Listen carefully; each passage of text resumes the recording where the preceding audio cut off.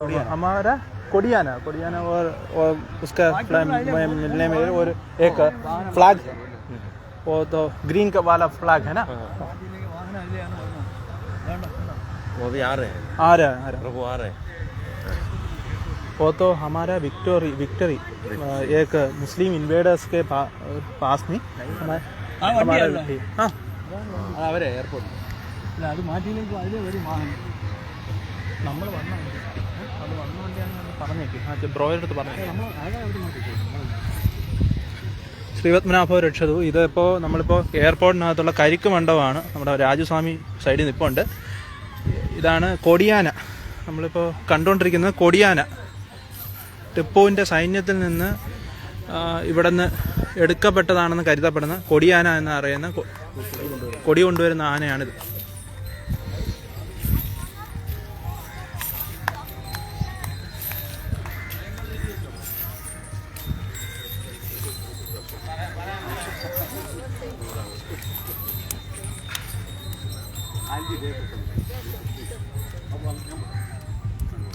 സാറേ അതൊരു കാറൊന്നും മാറും, ഒന്നും മേടിക്കണ്ട.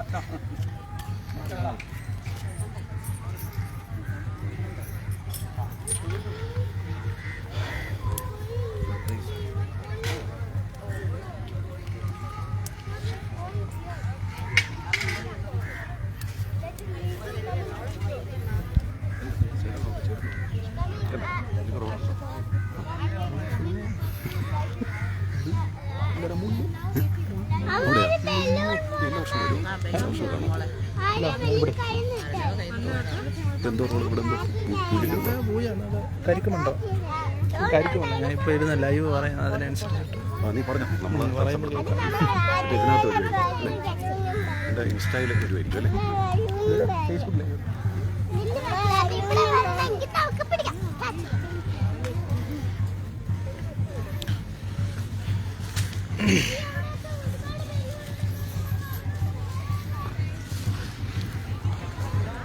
ശ്രീപത്മനാഭസ്വാമിയുടെ ദാഹം ശമിപ്പിക്കുന്ന മണ്ഡപം അഥവാ കരിക്ക് മണ്ഡപം ആണ് ഈ കാണുന്നത് എയർപോർട്ടിനകത്ത്. ഈ മണ്ഡപത്തിൽ എത്തി ഭഗവാൻ ക്ഷീണം അകറ്റിയിട്ടാണ് എല്ലാ വർഷവും സ്നാനത്തിനായിട്ട് പോക്കിയുള്ളത് എന്നാണ് ഇവിടുത്തെ ചിട്ട. 1902 ആറാട്ട് മണ്ഡപം ഉണ്ടാക്കിയതിൻ്റെ കൂടെ ഇത് ഉണ്ടാക്കിയിട്ടുണ്ട് എന്നാണ് പറയപ്പെടുന്നത്. ഇവിടെ കരിക്കും പഴവും മറ്റും നിവേദ്യങ്ങളായിട്ട് അല്ലെങ്കിൽ ഭഗവാന്റെ ക്ഷീണം അകറ്റുന്നു എന്നുള്ള രീതിയിൽ നടത്തി കൊടുക്കുന്നു. അവിടെ ഭഗവാനെ നിവേദിക്കുന്ന ഒരു ചിട്ടയാണ് ഇവിടെ ഉള്ളത്. അപ്പോൾ ആറാട്ടിൻ്റെ ആദ്യത്തെ ചിട്ട പല വർഷങ്ങളായിട്ട് നമുക്ക് കണ്ടുവരുന്ന ഒരു ചിട്ട പ്രകാരമാണ് ആറാട്ട് നടക്കുന്നത്. രാജകീയമായിട്ടുള്ള ചിട്ട നമ്മളിവിടെ അനുവർത്തിച്ച് വരുന്നുണ്ട്. ഡമ്മാന ആന ആണ് അടുത്തത് വരുന്നത്. കൊടിയാന കഴിഞ്ഞ് അടുത്തത് വരുന്ന ആനയാണ് ഡമ്മാന ആന. മേലിൽ നഗരാവ് അഥവാ ഡമ്മാനം കെട്ടി ഉത്സവത്തിന് ഭഗവാന്റെ എഴുന്നള്ളത്ത് കടന്നു പോകുന്നു എന്നുള്ള രീതിയിലാണ് ഈ ഒരു ആന പുറത്ത് എഴുന്നള്ളത്ത് നടക്കുന്നത്. ഇത്തരത്തിലുള്ളൊരു അവസരം ഉണ്ടാക്കി തന്ന അദാനി ഗ്രൂപ്പിന് പ്രത്യേകം നന്ദി നമ്മൾ രേഖപ്പെടുത്തുന്നു.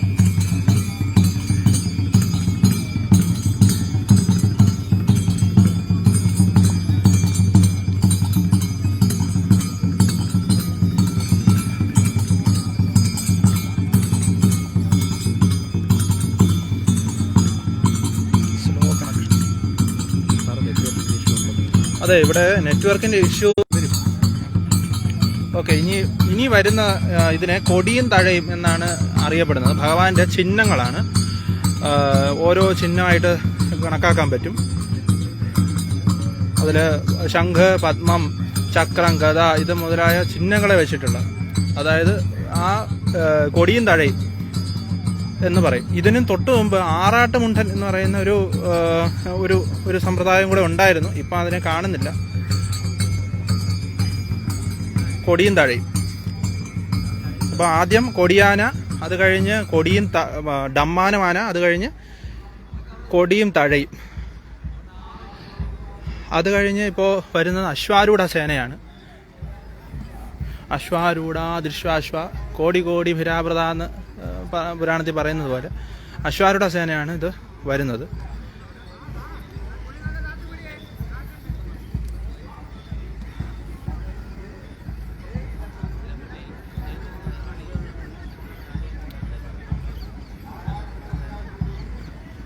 അടുത്തത് കുടയും ചാമരവും പുറകിൽ വരുന്നത് കുടയും ചാമരവും എന്ന് പറയും. കുട ഏന്തുന്ന ആൾക്കാരും അതുപോലെ ഭഗവാന്റെ ധ്വജം കൊടികളായിട്ട് ചിഹ്നങ്ങളാണ് മുമ്പിൽ പോയത്. ഇപ്പോൾ ഇത് കൊടിയാണ് പോകുന്നത്. കാണാൻ പറ്റുന്നു എന്ന് വിചാരിക്കുന്നു. റേഞ്ചിൻ്റെ ഇഷ്യൂസ് ഉണ്ട് എന്ന് പ്രത്യേകം പറയട്ടെ.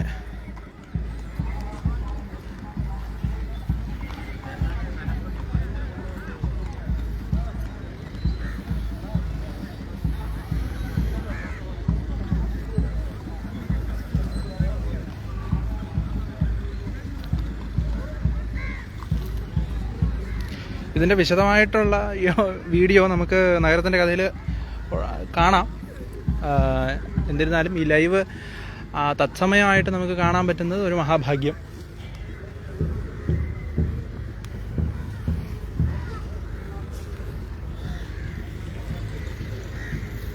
ഇതാണ് ഭഗവാൻ ഒരുക്കി വച്ചിരിക്കുന്ന കരുക്ക് മണ്ഡപത്തിൽ ഒരുക്കി വച്ചിരിക്കുന്ന നിവേദ്യ വസ്തുക്കൾ. നിവേദ്യം എന്ന് പറയുന്നില്ല, ദാഹശമനം അഥവാ ഇടനേദ്യം എന്നെല്ലാം പറയാം.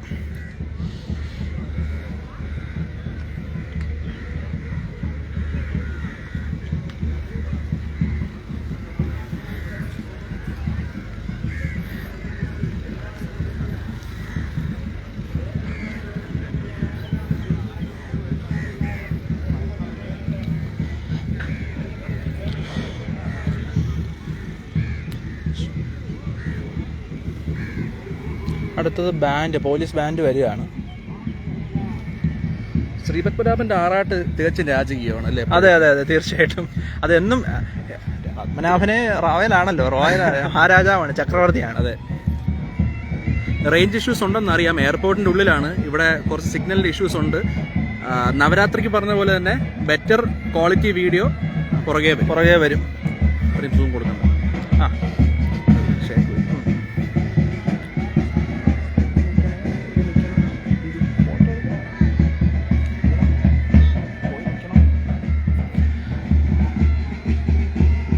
അപ്പോൾ ആറാട്ടിൽ പലരും പല വർഷങ്ങളായിട്ട് ഇതിനു മുമ്പ് നമുക്ക് കരമന ജയൻചേട്ടൻ്റെ ഒരു പോസ്റ്റ് അല്ലെങ്കിൽ അദ്ദേഹത്തിൻ്റെ ഒരു തീർമാനം ഇടയ്ക്ക് കണ്ടിരുന്നു. എല്ലാവരും ശ്രദ്ധിച്ചു എന്ന് വിചാരിക്കുന്നു. ആദ്യത്തെ ഈ ആറാട്ടിൻ്റെ ഒരു ചിട്ടയുണ്ട്. ആ ചിട്ടയ്ക്കനുസരിച്ചിട്ടാണ് ഇപ്രാവശ്യം പോകുന്നത്. എന്താണ്, ആദ്യം ടിപ്പുവിൻ്റെ പക്കൽ നിന്ന് എടുക്കപ്പെട്ട കൊടിയെ കൊണ്ടുവരുന്ന കൊടിയാന ആദ്യം പോകുന്നു. ആ കൊടിയാനയ്ക്ക് ശേഷം ഡമ്മാനം ആന പോയി. ഡമ്മാനം ആന കഴിഞ്ഞതിന് ശേഷം കൊടിയും തഴയും, അതായത് തഴ എന്ന് പറയുന്നത് ചിഹ്നങ്ങളാണ്. ഭഗവാന്റെ ചിഹ്നങ്ങളെ കൊണ്ടുപോകും. ഭഗവാന്റെ ചിഹ്നങ്ങളായിട്ടുള്ള ശംഖ്, പത്മം, ഗദ ഇത് മുതലായുള്ള ചിഹ്നങ്ങളെ കൊണ്ടുപോകുന്ന ഇതാണ്. അതിനുശേഷം പിന്നീട് കൊടിയും കുടയും ആയിട്ട് കുറച്ച് ആൾക്കാർ പോയിട്ടുണ്ടായിരുന്നു. അത് കഴിഞ്ഞപ്പോൾ ബാൻഡാണ്, പോലീസിൻ്റെ ബാൻഡ്. ഇതിനിടയിൽ അശ്വാരൂഢ സേന പോയിട്ടുണ്ടായിരുന്നു. അപ്പോൾ പോലീസിൻ്റെ നമ്മുടെ ഇവിടുത്തെ ഒരു ബാൻഡാണ് കാണാൻ പറ്റുന്നത്. എന്തായാലും അദാനി ടേക്ക് ഓവറിന് ശേഷം, കംപ്ലീറ്റ് ടേക്ക് ഓവറിന് ശേഷം ഇത് ആദ്യത്തെ ആറാട്ടാണ്. അല്ല, 2021 ശേഷമാണെങ്കിൽ ഇത് 7ാമത്തതും. Full take over, complete take ഓവറിന് ശേഷം ഫസ്റ്റ് ആറാട്ടാണ്. വളരെ നല്ല രീതിയിൽ തന്നെ ഇവിടെ ഒരുക്കിയിട്ടുണ്ട്. അതിനുള്ള നിലവിലിപ്പോൾ അവർ നല്ല രീതിയിൽ അത് വീണ്ടും എന്താണ് വികസിപ്പിക്കുന്നു എന്നാണ് നമ്മളിവിടെ വന്നപ്പോൾ അറിയാൻ കഴിഞ്ഞത്. അടുത്ത ആറാട്ടിന് ഇതിലും ബെറ്ററായിട്ട് പല പദ്ധതികളും പ്ലാൻ ചെയ്യുന്നുണ്ടെന്ന് അറിഞ്ഞു. വളരെ സന്തോഷമുള്ള കാര്യമാണ്. ശ്രീ പത്മനാഭന്റെ ആറാട്ടാണ്. തിരുവനന്തപുരത്തിന്റെ ദേശീയ ഉത്സവമാണ്. ശരിക്കും തിരുവനന്തപുരത്തിന്റെ ദേശീയ ഉത്സവം എന്ന് പറയുന്നത്. അതെ അതെ.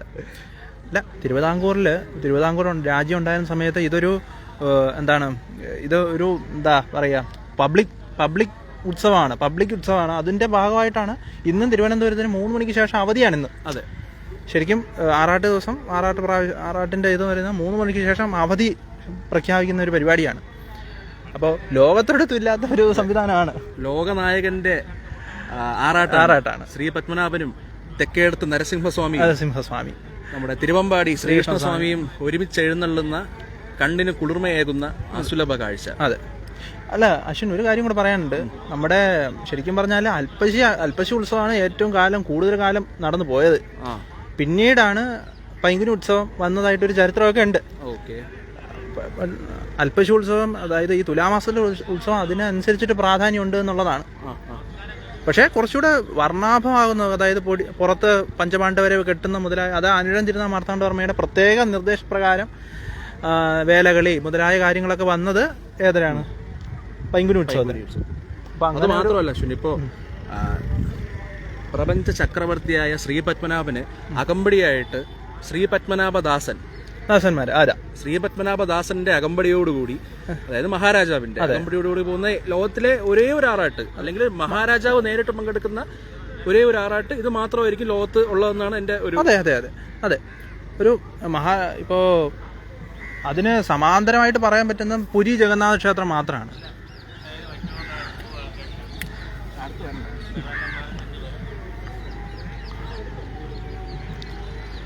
അപ്പോൾ ആറാട്ടിൻ്റെ എഴുന്നള്ളത്തിന് ആദ്യമായിട്ട് മഹാരാജാവ് വലിയ തമ്പുരാൻ മൂലം രാമവർമ്മ തിരുമനസ്സുകൊണ്ട് ഇവിടെ എഴുന്നള്ളുകയാണ്. ഇവിടെ പത്മനാഭസ്വാമിയുടെ ആ എഴുന്നള്ളുന്ന കാഴ്ചയാണ് നമ്മൾ കാണുന്നത്. പുറകിലായിട്ട് അദ്ദേഹത്തിന് ചുറ്റും മറ്റ് ആൺവഴി തമ്പ്രാക്കന്മാർ എഴുന്നള്ളുന്നു. മുന്നിൽ രാജചിഹ്നമായിട്ടുള്ള ഉടവാള് മുൻപിൽ പോകുന്നുണ്ട്.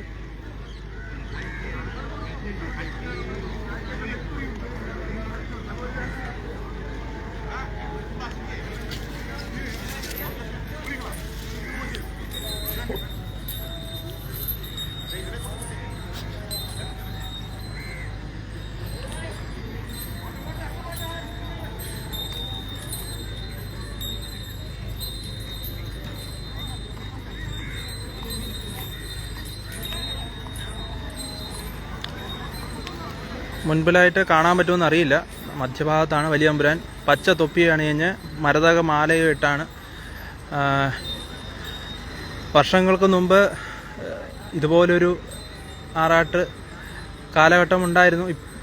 കൃഷകാത്രനായ ഒരു മനുഷ്യൻ തൻ്റെ രാജ്യം മുഴുവൻ പോകുമ്പോഴും ഒരു മനോധർമ്മത്തിൻ്റെ പേരിൽ, ഒരു മനസാക്ഷിയുടെ പേരിൽ സ്ഥാനാരോഹണം ഏറ്റെടുക്കാത്ത ഒരു രാജ്യത്തിൻ്റെ അവസാന നാടുവാഴി ശ്രീ തിരുനാൾ മഹാരാജാ തിരുമനസ്സുണ്ട്. അദ്ദേഹത്തിൻ്റെ ഒരു ഓർമ്മയും നമുക്ക് ഇതിൽ കാണാവുന്നതാണ്. എല്ലാ വർഷവും ഈ 6 മാസം കൂടുമ്പോൾ ഉണ്ടാവുന്ന ഈ ഒരു കാര്യം.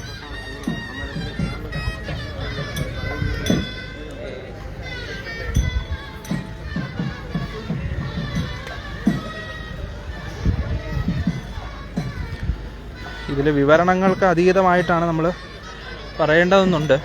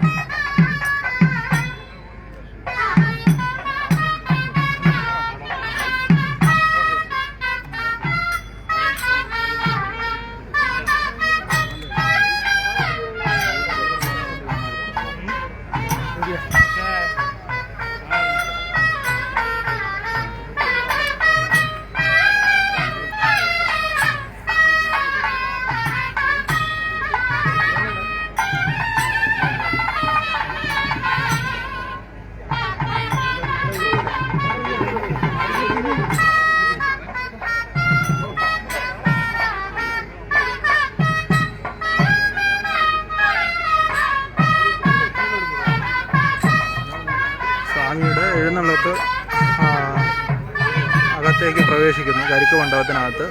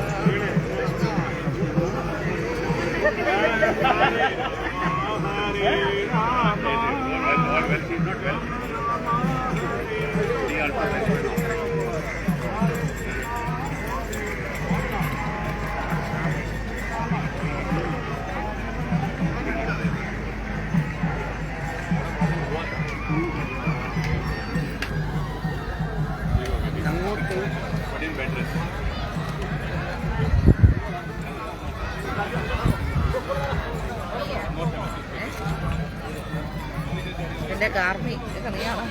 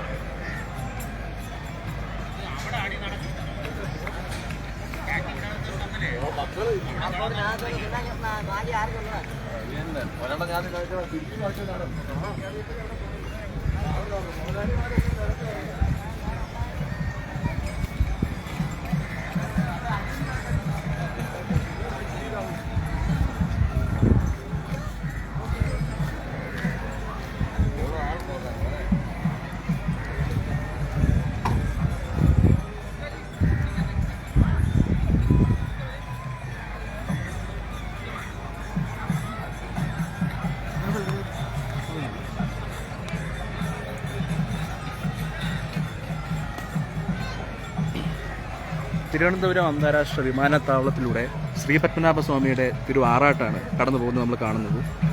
കരിക്ക് മണ്ഡപത്തിൽ വെച്ച് നടന്ന ചടങ്ങുകൾക്ക് ശേഷം പത്മനാഭസ്വാമിയും മറ്റ് ഉപക്ഷേത്രങ്ങളിൽ അരകത്ത് ദേവീക്ഷേത്രം മുതലായ ക്ഷേത്രങ്ങളിൽ നിന്നുള്ള ആറാട്ട് പുറകെ പോകുന്നുണ്ട്.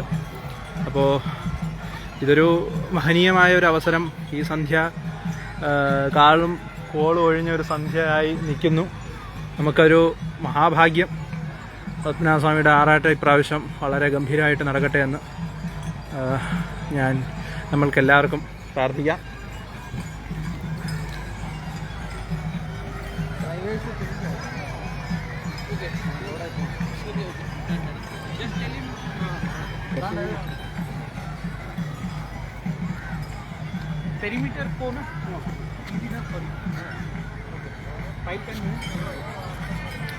നിലവിൽ നമ്മൾ റൺവേക്ക് അകത്തേക്ക് പോകാനായിട്ട് ഇത്തിരി റെസ്ട്രിക്ഷൻ ഉണ്ട്. അതുകൊണ്ടാണ് ഇത്രയും ദൂരത്ത് നിന്ന് എടുക്കുന്നത്. അപ്പോൾ നമ്മളിപ്പോൾ പെരിമീറ്റർ പരിസരത്ത് നിന്നാണ് എടുക്കുന്നത്. അപ്പോൾ അതിൻ്റെതായ ഒരു ഇതുണ്ട്. എന്തായാലും ഭഗവാന്റെ ഇതുവരെയും കാണാത്ത ഒരു ലൈവ് എല്ലാവർക്കും ലഭിച്ചു എന്ന് വിചാരിക്കുന്നു.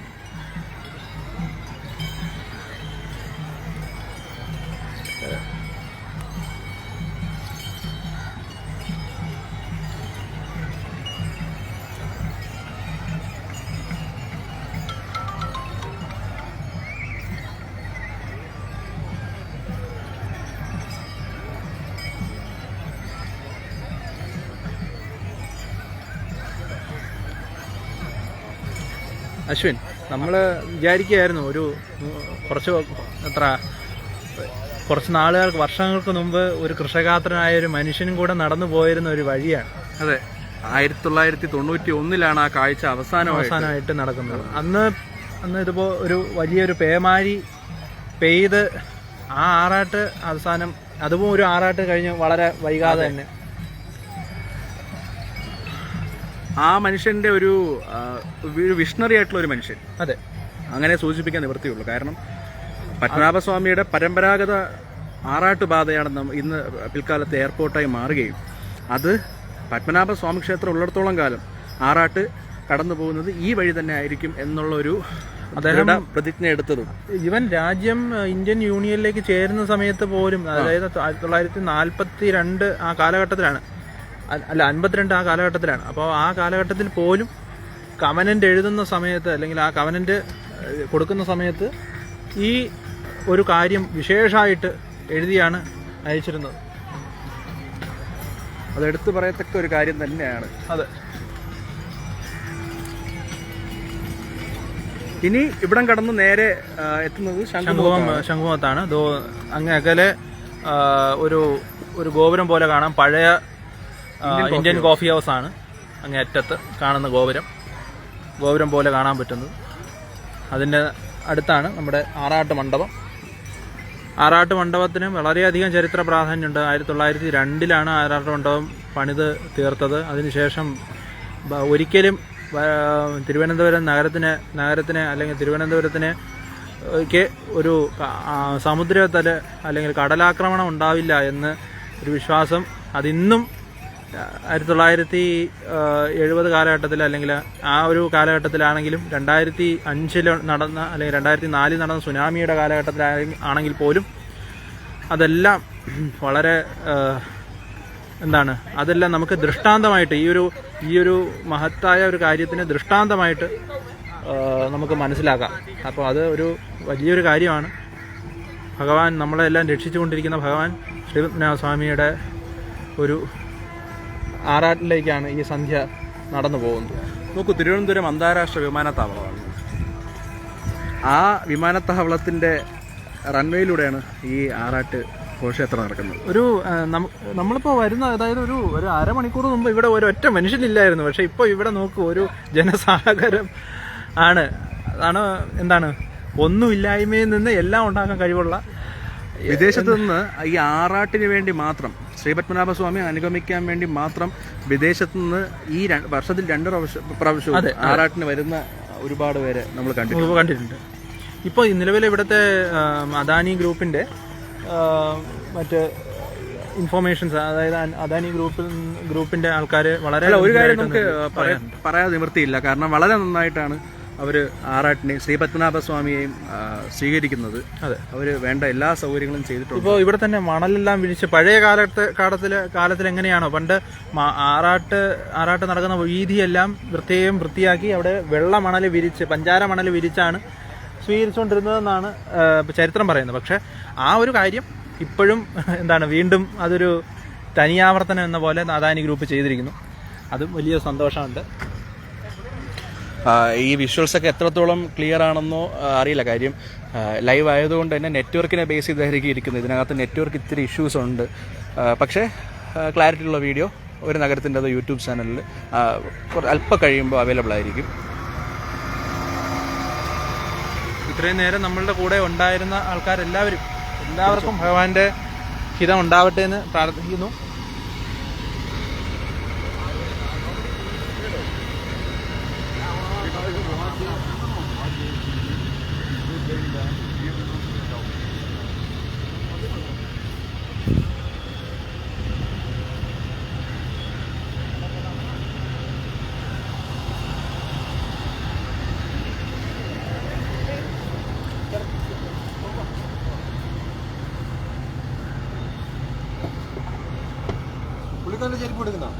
പുള്ളിക്കാരൻ എവിടെയാണെന്നുള്ളത് ഒരു പിടുത്തമില്ല. നിങ്ങൾ ഇതിന്റെ കൂടെ പോകുന്ന ഇതിന്റെ കൂടെ പോകുന്ന ഇല്ല അവിടെ പോയിട്ട് എടുക്കാമെന്ന് പറഞ്ഞായിരുന്നു പുള്ളി. അവിടെ വിളിച്ചു നോക്കുക. ഞാൻ വിളിച്ചിട്ട് നിങ്ങൾ വിളിച്ചാണ്. അപ്പോഴേക്കും നമുക്ക് അവിടെ പോവാം. അതാണ് ഞാൻ പറഞ്ഞത്. ഒന്ന് വിളിച്ചു നോക്കാം. പുള്ളി വരുന്നുണ്ടെങ്കിൽ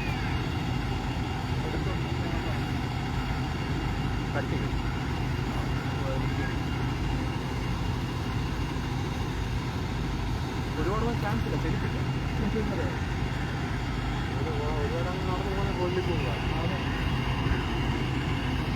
ഇതിനെയാണ് പെരുമിട്ടുണ്ട്.